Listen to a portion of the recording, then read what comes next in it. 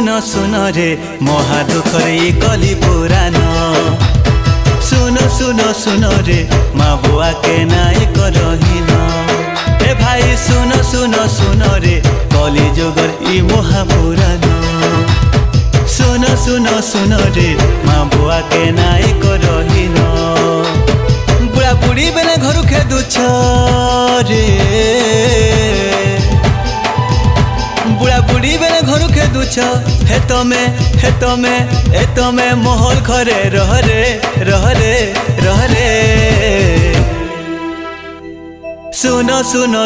रे महादुखरे ई महापुराण ए भाई सुन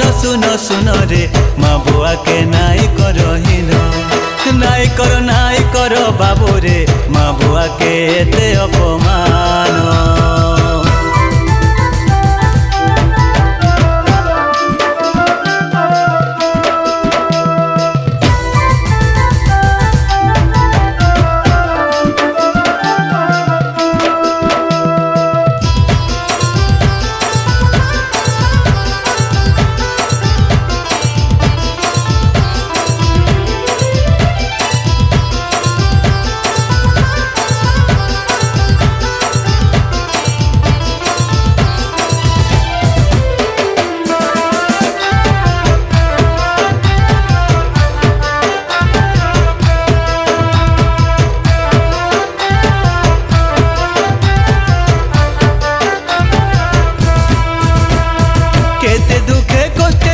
जन्म कले रे बाबू जन्म कले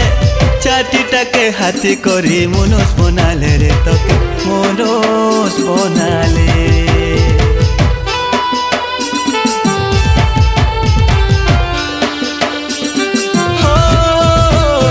केते लागरून करी तके पढ़ाले रे बाबू तके पढ़ाले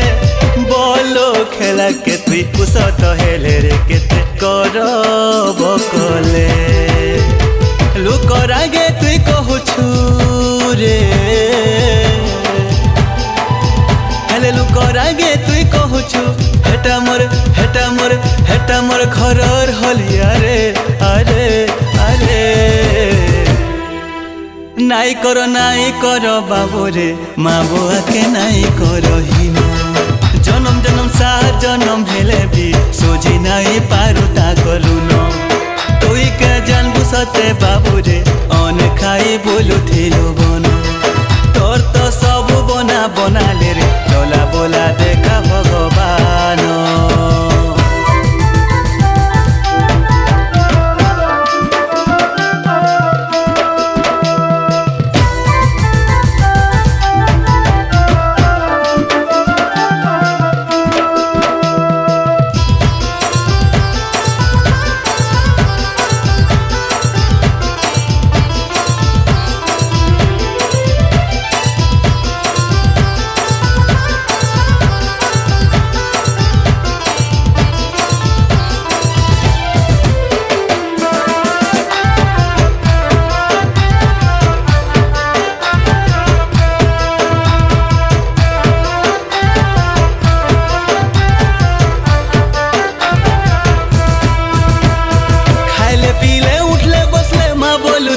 रे बाबू माँ बोलू थिलु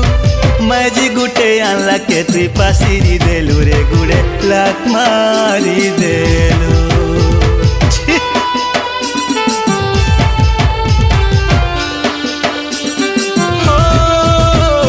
खाइले पीले उठले बसले माँ बोलू थिलु रे बाबू माँ बोलू थिलु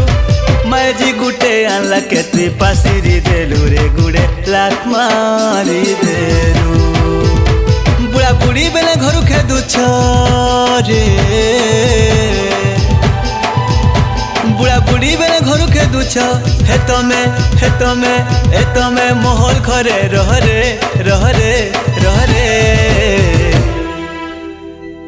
सुन रे महादुखरे कली पुराण ए भाई सुन रे माँ बुआ के नाई करहीन नाई कर बाबू रे माँ बुआ के बढ़े अपमान।